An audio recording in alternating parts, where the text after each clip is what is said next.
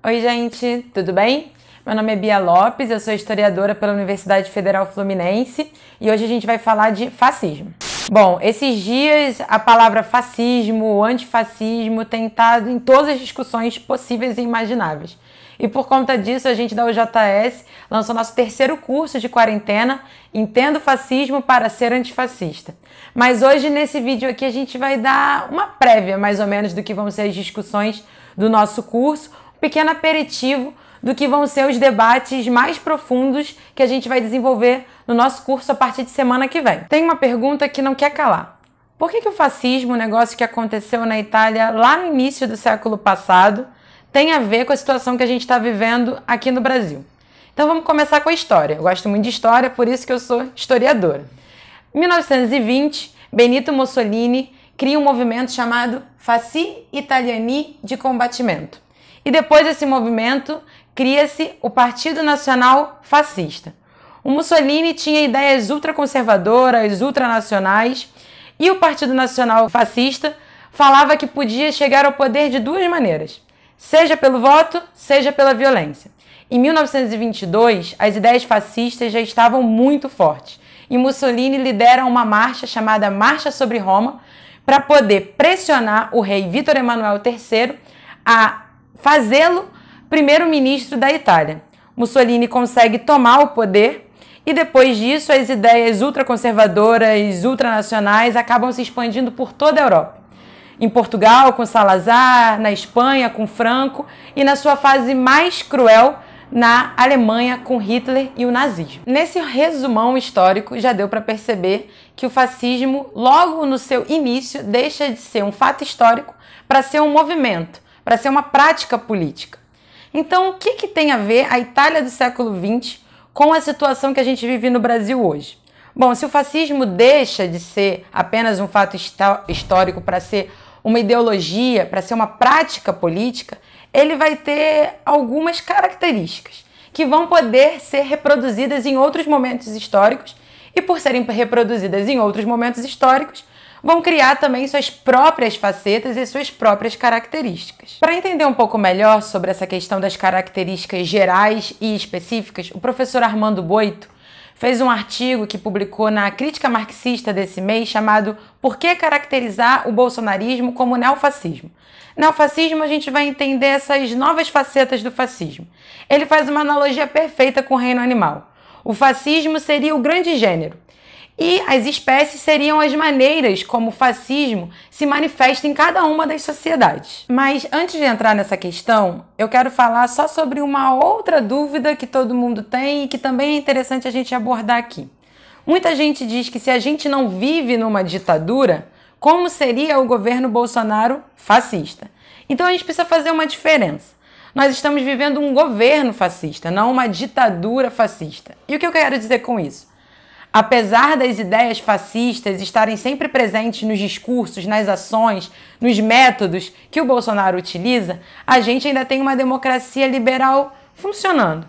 Claro que com algumas dificuldades, mas é verdade que a gente tem uma estrutura da democracia liberal que ainda existe e que ainda resiste, mesmo com os intentos do Bolsonaro, públicos inclusive, dos seus filhos também, de fechar o Supremo, de fechar o Congresso e outras aberrações que a gente tem escutado por aí. Mas é importante dizer também que as ditaduras fascistas, elas também se deram de forma processual. O que eu quero falar com isso? O Hitler, por exemplo, foi eleito, ele e o Partido Nazista. O Mussolini, apesar de não ter sido eleito, nos primeiros anos de governo, ele ainda manteve algumas estruturas democráticas funcionando. O que eu quero dizer é que pode ser que nesse momento a gente esteja em um governo fascista, mas também pode ser que a gente esteja em um processo onde a gente possa acabar chegando numa ditadura fascista. Mas então, voltando aqui para essas reflexões que o professor Armando Boito nos traz e que são bastante interessantes. Vou dizer aqui de forma bem rápida e eficiente 3 aspectos históricos e ideológicos que muito nos aproximam da Alemanha de Hitler e da Itália de Mussolini. Começando pelos elementos históricos. Bom, primeiro, a derrota de um campo político de ideias progressistas e populares. Segundo, a diminuição, o sufocamento, a derrota de partidos políticos burgueses e tradicionais. E terceiro, uma crise econômica, social, política muito forte que mobiliza boa parte das camadas sociais. Agora, os 3 aspectos ideológicos. Ideológicos, eu quero dizer que são as ideias que mobilizam as práticas políticas, ok? Então, essas 3, vamos lá. 1. Extermínio da esquerda. Estamos vendo bastante aqui no Brasil um movimento, inclusive, de criminalização dos partidos comunistas como um todo. A mobilização de camadas médias, camadas mais populares. E terceiro, a cooptação dessas camadas médias para um discurso e uma ideologia da ordem burguesa. Isso é uma coisa que a gente está vendo muito forte aqui no Brasil. O que eu quero dizer com isso?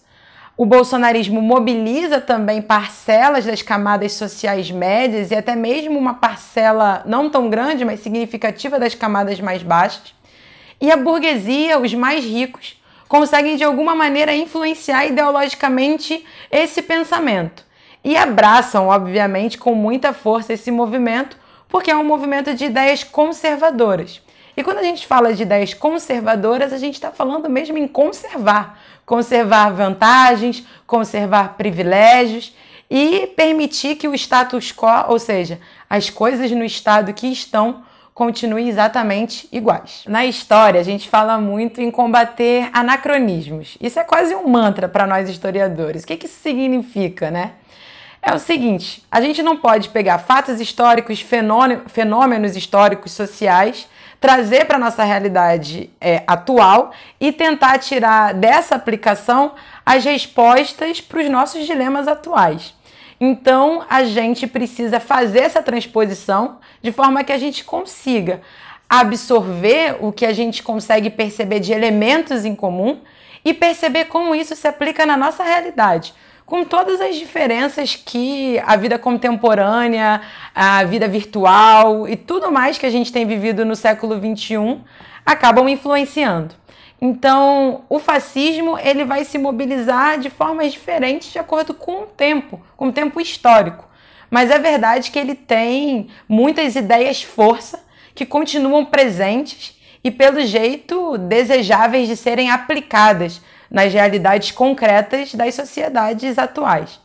Então a gente te convida para participar do nosso curso para justamente a gente conseguir debater a fundo como se dá e como se aplica essa ideia de fascismo na nossa realidade atual. Então é isso, gente. Se você ainda não se inscreveu no nosso curso, se inscreva. Também dá uma olhadinha aqui na nossa descrição. O material que a gente usou do professor Boito é muito importante sempre dar crédito a quem formula, a quem pensa.